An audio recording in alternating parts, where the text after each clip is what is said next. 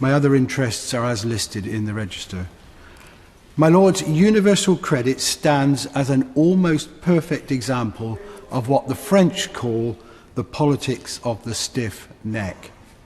A stubborn, haughty refusal to change one's mind in the face of all the evidence to the contrary. The consequence of this stubbornness is to cause quite unnecessary misery for a large number of very vulnerable people. I hope today's debate, which I congratulate the Baroness, Lady Hollis, for organising, will go some way to persuading the government to change its mind. There can be few, and there's none in this chamber, who disagree with the aims of universal credit, to simplify the benefit system and make work pay.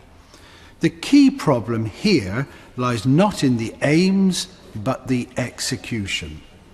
It's a complex project that has to take account of a lot of different individual circumstances. If you are really going to make work pay, there is a cost which goes against the relentless reduction in welfare spending. So no one expected this project to be easy. And indeed, when the project ran into trouble during the coalition government, there were big issues to resolve. But they were largely internal, and the pain, such as it was confined to ministers and officials responsible for that implementation. The crucial difference between then and the current crisis is the pain now will be felt by thousands of claimants, and that number will grow dramatically to some 7 million as the project is rolled out. Now, if anybody has any doubts about the malign impact that universal credit in its current form is having, I would refer them to the Smith Institute report, Safe as Houses, the Impact of Universal Credit on Tenants and Their Rent Payment Behaviour, commissioned by the London boroughs of Croydon, Southwark and Peabody.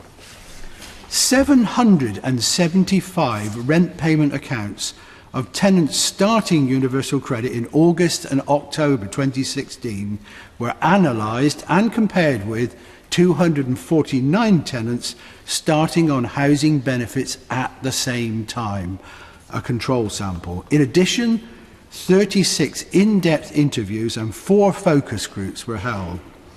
The results are absolutely clear-cut. Growing rent arrears, high arrears at the start that never get recovered, delayed payments and consequential financial hardship.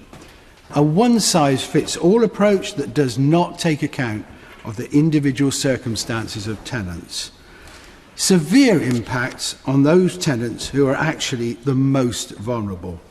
Now, the statistics tell a story, but I have to tell you that individual cases, as we've heard today, are heart-rending. And what's particularly sad here is that the feelings claimants now have about universal credit, something that was intended to help them, are generally, if not universally, negative. Claimants really do not want to be in debt. They do not want to rely on friends or, even worse, loan sharks. Without change, our research at Peabody has calculated that 41,000 children in the UK are at risk of being in penniless homes over this Christmas due to the wait for universal credit. My Lords, I think that members on all sides of the House will see this as utterly intolerable. So what can be done here? Well, there are some good things that could be done now, practical steps. Remove the 7-day wait at the start of a new claim. Reduce the waiting period to 2 weeks, as with housing benefit. Offer everyone alternative payment arrangements. Let the claimant make the decision on whether they want to pay their rent direct, not have the state decide what is good for them. Inform everyone moving on to universal credit that advance payment arrangements exist. And put in place a comprehensive support package to help with the application process. These measures won't deal with all of the deep issues that there are with universal credit at the moment, but they would be an incredibly good start. I would add that the government, if it's serious here, should establish an independent body to review the progress and impact of universal credit at each stage of the rollout. I say to ministers, these are not big asks. They do not threaten the future of the project. Why on earth doesn't the government agree them now? My lords, good government is not easy. We make mistakes. We learn from them.